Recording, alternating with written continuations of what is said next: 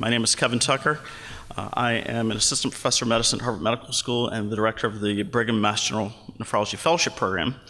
And I'm going to be the moderator for this morning's session, and I'm going to be giving the first talk, which is on dialysis dose.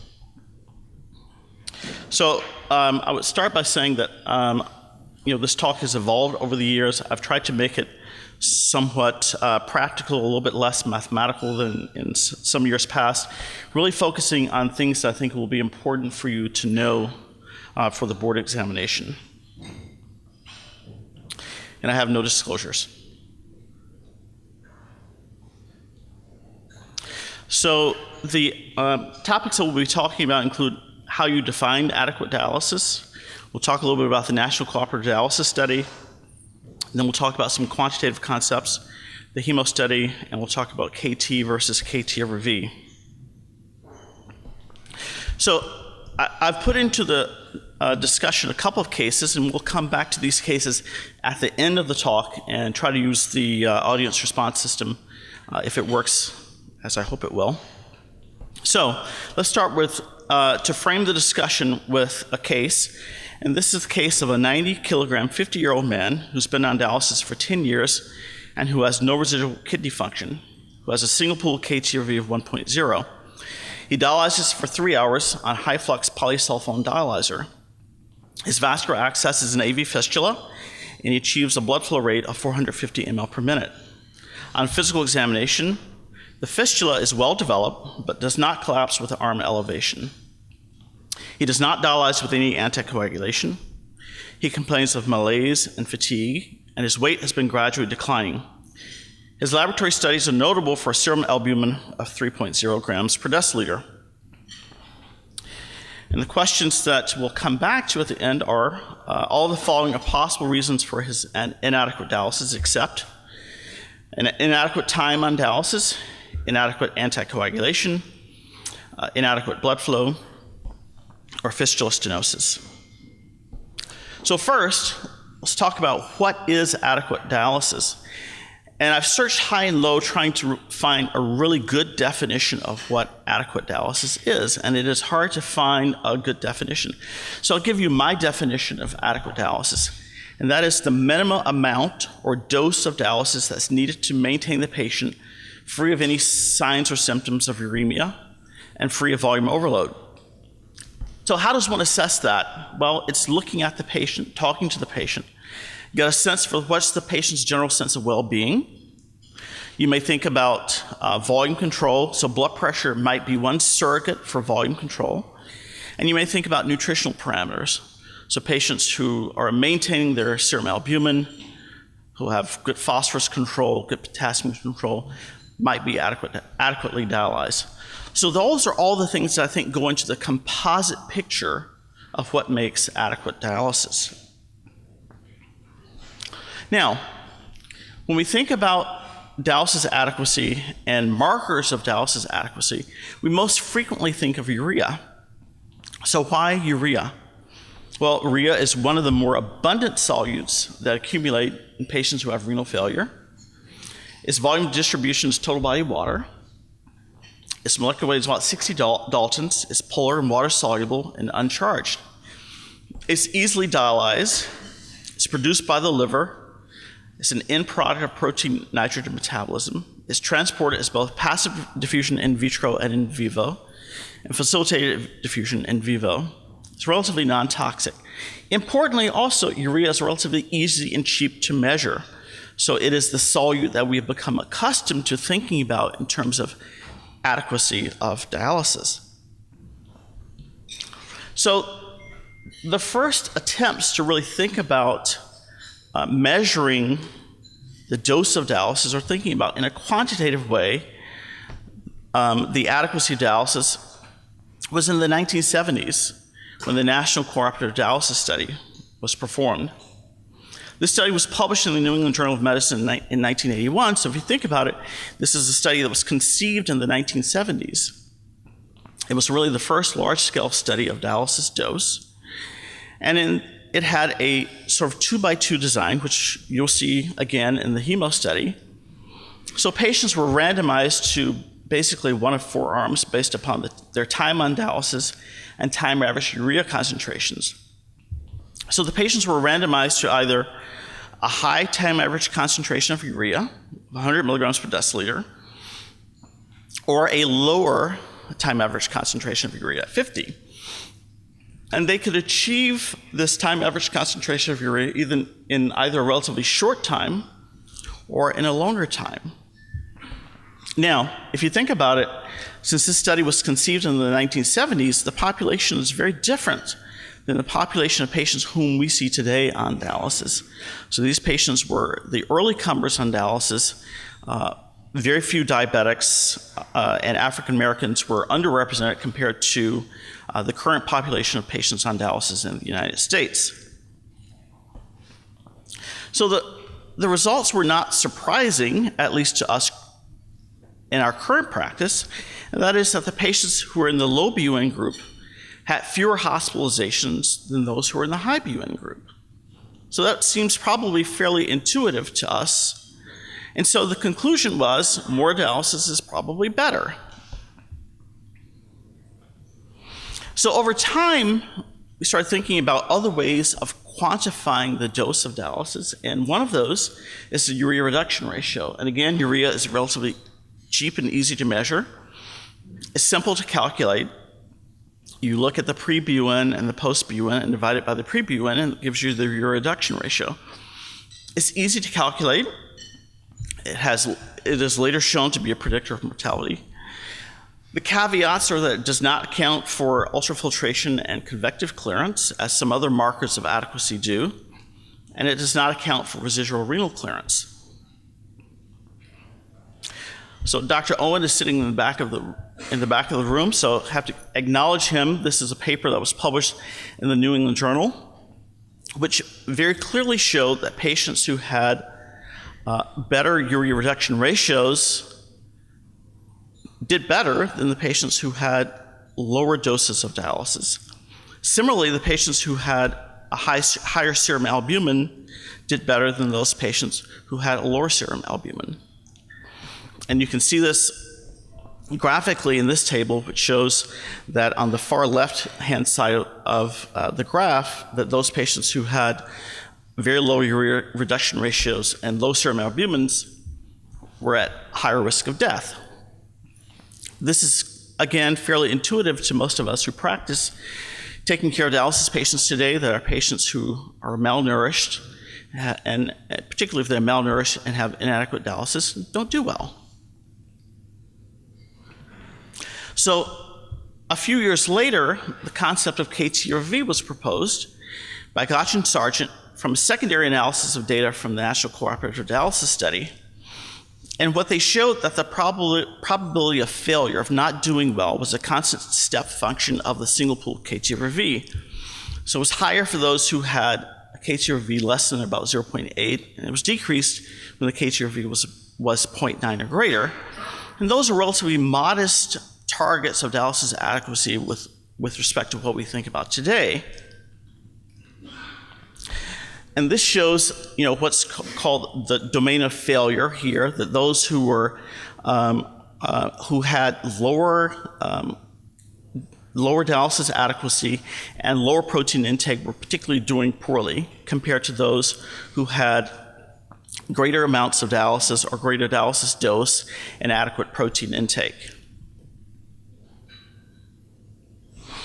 So the components of KT/V are fairly simple. K is the dialyzer urea clearance, and that's dependent upon the dialyzer properties, KOA or mass transfer coefficient, the blood flow, the dialysate flow, the time on dialysis, and V stands for the urea volume of distribution, which is a function of body weight. So the factors that determine K are the inherent properties of the dialyzer. So a larger dialyzer, a larger surface area will have greater clearance, blood flow through the circuit, dialysate flow through the circuit, and you can estimate these by these nomograms as shown in the lower right-hand corner. Factors that determine V include body size, body composition, age, and sex, and you can estimate these from a number of different equations that will estimate V for you. So KH/V is very simply related mathematically to the urea reduction ratio. And there are differing equations. The Laur equation is fairly simple, includes simply the URR, whereas the Dialysis equation also takes into account the amount of ultrafiltration, because again, you get some degree of urea clearance by convection. So you see that there is a component of this equation that accounts for the amount of ultrafiltration as a function of body weight. So R is simply the post-BUN divided by the pre-BUN, T is time, UF is ultrafiltration in liters, and W is the post-dialysis weight. So the next thing one has to think about is single pool versus double pool kinetics. Single pool KH/V assumes that urea is contained within a single compartment. However, we know that urea rebounds following a dialysis treatment. That is, urea moves from intracellular compartments into the blood compartment. The EKH/V is a measure of hemodialysis adequacy that uses a double pool kinetic model. And again, you can derive the EKH/V from the single pool KH/V by using equations such as this one.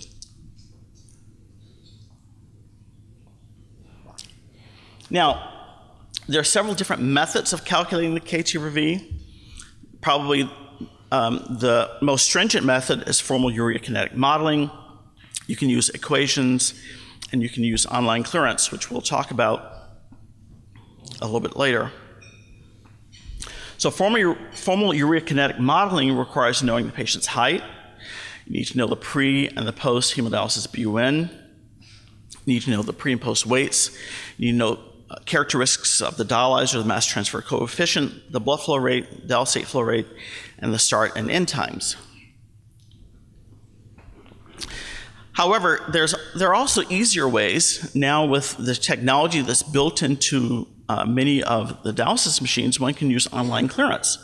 So KH/V from ionic dialysis is easily integrated into the dialysis machine at a relatively low cost. It's based upon the assumption that sodium clearance is equal to the urea clearance, or K, and K can be calculated from the conductivity difference between the dialysate inlet and outlet of the dialyzer after inducing changes in conductivity.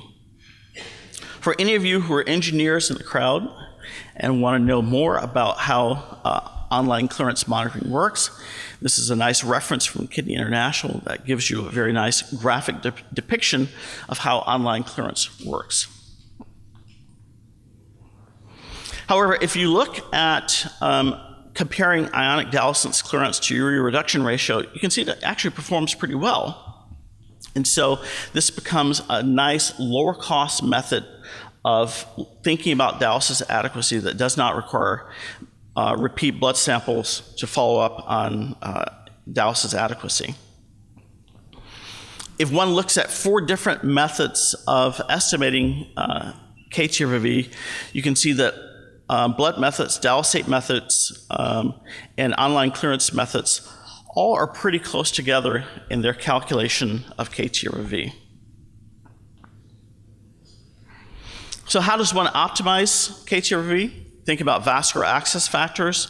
Is there inadequate blood flow? Is there recirculation? You've had talks by Dr. Henschel on assessing the vascular access. So you want to think about any problems that with the vascular access that might be impeding adequate clearance.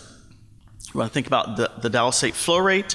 It's most efficient at a blood flow rate of at a dialysate flow rate that's 1.5 to 2 times the blood flow rate. You can take advantage of this with many of the dialysis machines, which can be set to autoflow, which will automatically tag the dialysate flow rate to the blood flow. Think about the dialyzer size. So if the mass transfer coefficient is not high enough, you can increase the dialyzer surface area to increase clearance. Is there inadequate exposure to the dialyzer surface? And one of the thoughts is that insufficient anticoagulation allows these small clots to form on the dialyzer, and that increasing anticoagulation may, in some circumstances, improve dialyzer clearance. But finally, the big one is time. And I think that is the one in which we get the biggest bang for the buck in terms of optimizing KTRV, is really thinking about time on dialysis. So we talked about the National Cooperative Dialysis Study, which was a study that was conceived in the 1970s, published in the 1980s. In the 1990s, the HEMO study was designed. And the idea behind the HEMO study was to think about, we know that achieving a clearance target at that time, a single pool KTV of about 1.2 was thought to be best for patient outcomes. Could you get even better outcomes by increasing the KTRV beyond those standards at the time? Now, I can remember I was a fellow when we were discussing whether or not we were going to participate in the HEMO study. And I remember one faculty member saying, I don't think we should participate in this study because we know already that more dialysis is better. She didn't win the argument, and our university ended up participating in the study because there were enough people who thought we don't know really whether or not extending the time or those targets are going to improve outcomes. In addition, though, to thinking about the KTRV, or the dose of dialysis, also included in the HEMO study was thinking about flux. And flux refers to the clearance of the so-called middle molecules, larger molecular weight solutes. So the study had a 2x2 design so that patients could be randomized to either high flux and high dose, high flux and standard dose, or low flux, high dose, low flux, or standard dose. And the targets were based upon the equilibrated KTRV, again, a double pool model of urea kinetics. So those who were randomized to the standard dose were randomized to an eKTRV of 1.05, and those who were randomized to the high dose were randomized to an eKTRV of 1.45. Now, this is going to be hard for you to see from where you are, but the reason I put this table in here is just to show you that the patients are somewhat different than the patients who were included in the National Cooperative Dialysis Study. So there are more diabetics, and certainly there's more racial diversity. Many of the centers that participated in the HEMO study were in the southern region of the country where there are a lot of African-American patients on dialysis, and so they were much more represented in this population and probably much more representative of the current dialysis population than the National Cooperative Dialysis Study was. And you can see that in terms of their targets, that they achieved their targets in terms of achieving separation between the high dose group and the standard dose group in terms of single pool or equilibrated KTRV. You can also see the rates of beta-2 microglobulin clearance, which is a measure of dialysis flux, and they achieve good difference between those who are randomized to low flux versus high flux. And the bottom line is that the two arms, both in terms of dose and flux, there was not much difference. So at least in terms of pushing the KTRV targets, or in terms of flux, we did not see from the HEMO study the improvements in patient survival that some would have predicted.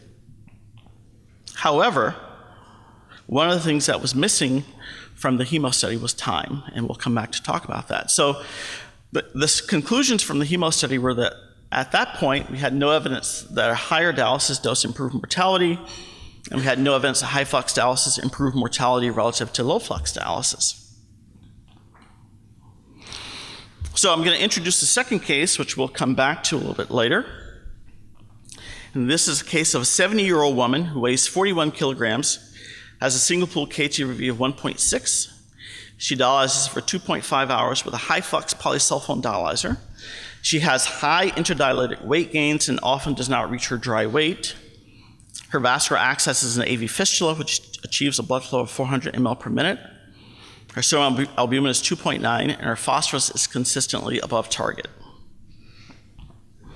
So the questions I want you to think about as we go through the rest of the talk, well, this is the best approach to improving this patient's outcomes. use a larger surface area dialyzer, increase her dose of phosphate binders, increase the blood flow and the dialysate flow rate, or increase her time on dialysis. So, what about T? So remember that the HEMO study did not look at time as a specific variable.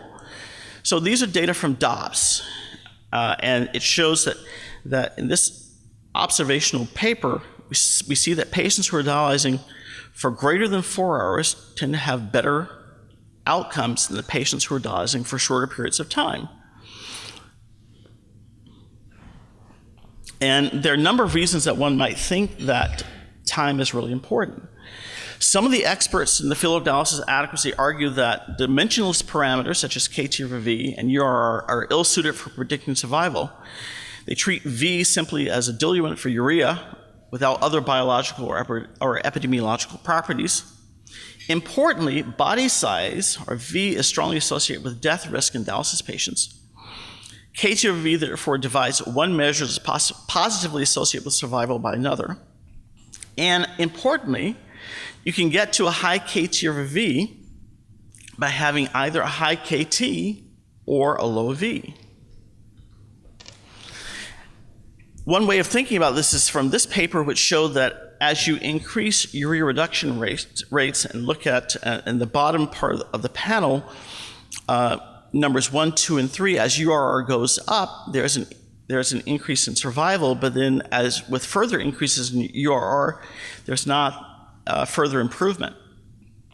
However, if you look simply at KT, increasing the numerator, KT seems to be associated with a consistent increase in survival. Now, more and more patients are dialyzing with atypical schedules. With the advent of smaller dialysis equipment, more frequent hemodialysis is becoming more common. So how do you think about dialysis adequacy in patients who aren't dialyzing on the typical 3 times per week schedule? Well, when you're thinking about KT/V in that sense, it's not simply additive. It does not reflect the greater or lesser amount of dialysis that's being delivered due to more or fewer treatments per week. So the standard KT/V is the recommended method for measuring adequacy with non-standard frequencies of hemodialysis. And it can be calculated directly using urea modeling or estimated from the eKT/V, the session length, and the number of treatments per week. Doki has proposed a minimum target of 2.0 for a standard KT/V using the Leipold equation. It's equal to a minimum of 2.14 using formal two-pole modeling or estimate using the frequent hemodialysis network equation.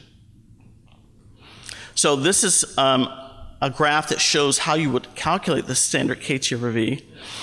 And what you should get out of this graph is looking at how much more bang for your buck you get in terms of increasing the standard KT/V by increasing the number of treatments per week as compared to increasing the KT/V for each individual session. So to summarize, adequate dialysis is the minimum dose of dialysis that's needed to maintain the patient free of uremic signs and symptoms.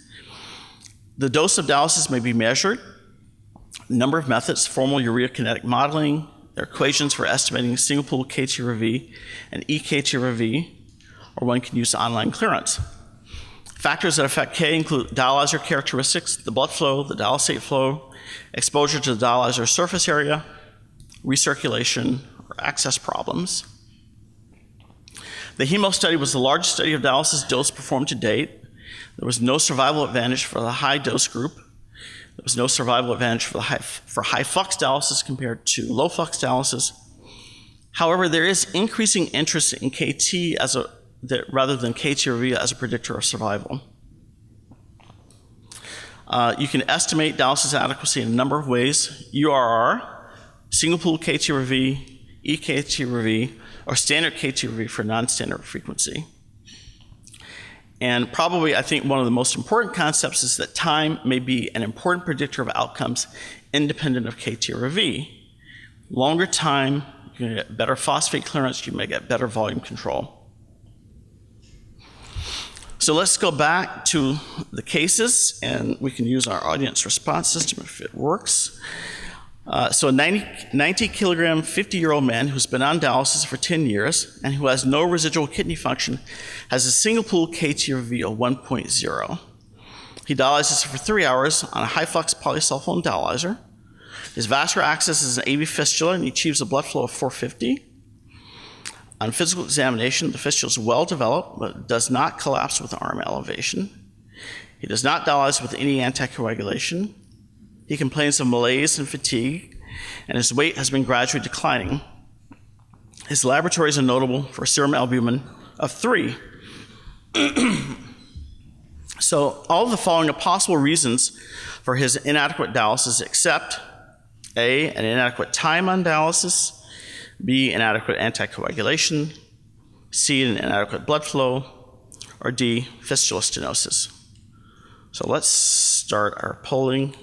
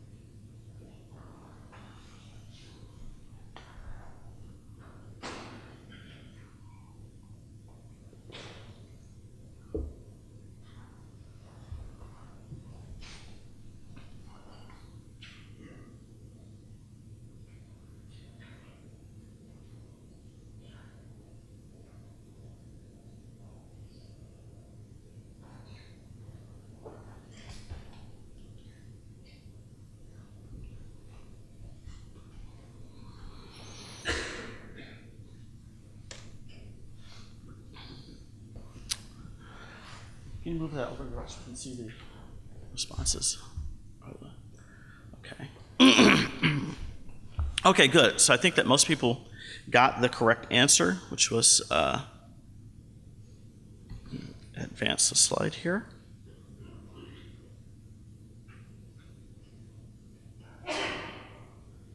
Inadequate blood flow.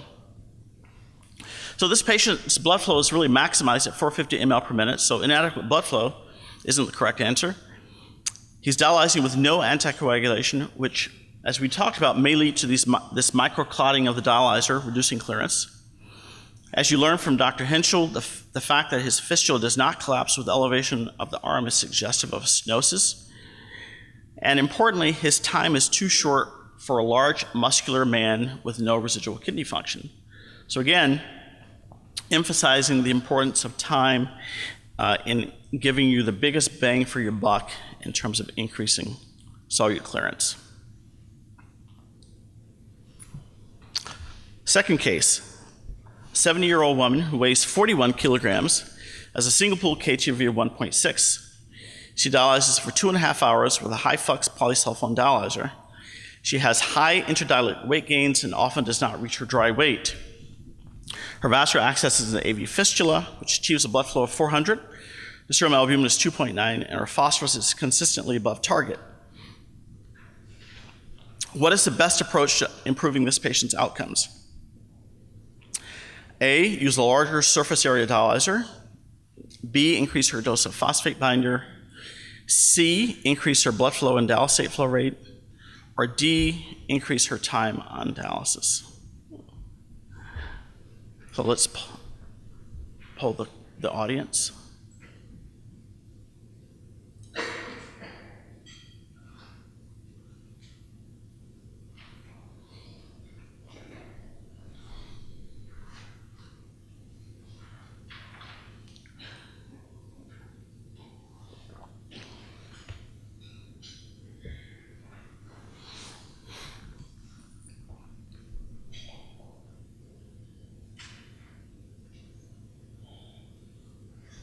Great.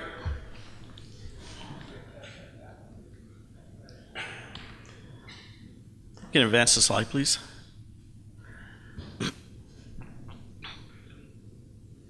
So this patient is dialyzing for 2.5 hours. Her time is therefore way too short. Her small v makes achieving an adequate KTRV relatively easy, but she's hyperphosphatemic, she's hypovolemic, and she's malnourished. The best way to improve her outcomes in this case is going to be to increase her time on dialysis. Irrespective of the fact that her single pool KTRV is 1.6, you have evidence that this patient is not adequately dialyzed. So it shows you some of the pitfalls in thinking about single pool KTRV as the sole marker of adequacy of dialysis.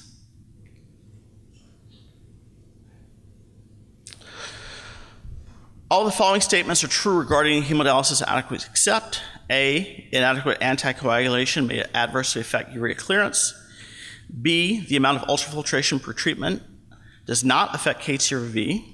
C, the single pool KTRV assumes a single compartment model for urea. Or D, online urea clearance is an effective method for measuring dialysis adequacy. Let's poll the audience.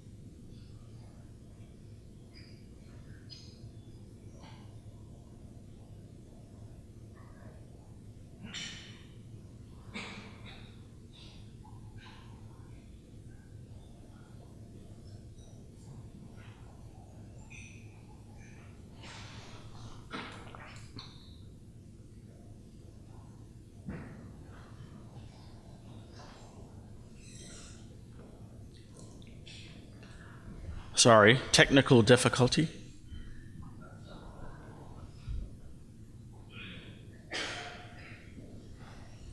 Okay.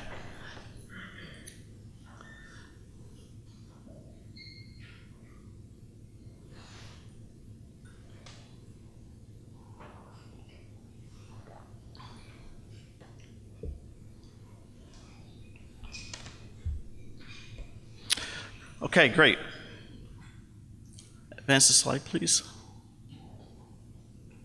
So the correct answer is B. Inadequate anticoagulation may adversely affect clearance due to microclotting of the dialysis fibers. We talked about that. The single pool KTRV does assume a single compartment model for urea. It's the equilibrated KTRV that assumes a double pool model. Online clearance is an effective method of measuring dialysis adequacy. However, remember that ultrafiltration does affect KTRV because it increases convective clearance. Okay, and this is the final question. A 30-year-old muscular man who weighs 100 kilograms develops end-stage renal disease and begins hemodialysis with a catheter. His catheter is problematic and often will achieve a blood flow of 250 to 300 ml per minute. His prescribed dialysate flow rate is 800 ml per minute, and his prescribed time is 3.5 hours. He is dialyzing with a low-flux, high-surface area dialyzer. He feels better since starting dialysis, but his initial single-pool KTRV was 1.0. Which of the following statements regarding this patient's dialysis adequacy is or are true? A, formal urea kinetic modeling that includes residual renal function may indicate inadequate KTRV. B, his dialysate flow rate should be increased to 1,000 ml per minute. C, increasing his time on dialysis will increase his KTRV. D, both A and C, or E, none of the above. And let's poll the audience.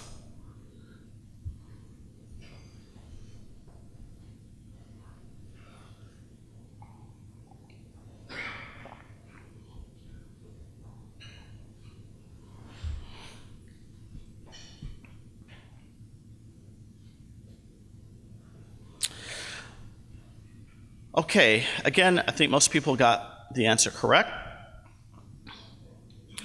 And we can advance the slide. So the correct answer is C. Increasing the dialysate flow rate to 1,000 is not going to be very effective because his blood flow is only 250 to 300. His total clearance may be adequate, however, when his residual renal function is considered, since he's new to dialysis and probably still has good residual kidney function. And as we talked about, increasing his time on dialysis will increase the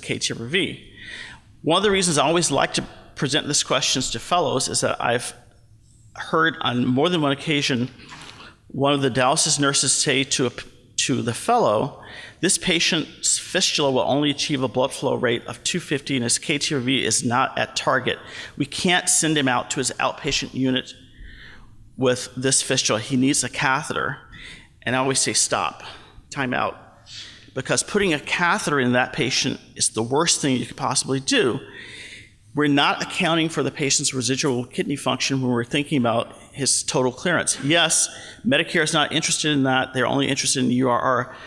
But I think it's the wrong thing to do for the patient to put a catheter in. So remember that, especially for patients who are just starting, who have good residual kidney function, that we're not measuring it when we're measuring simply their urea reduction ratio or the KTRV as a function of urea reduction ratio.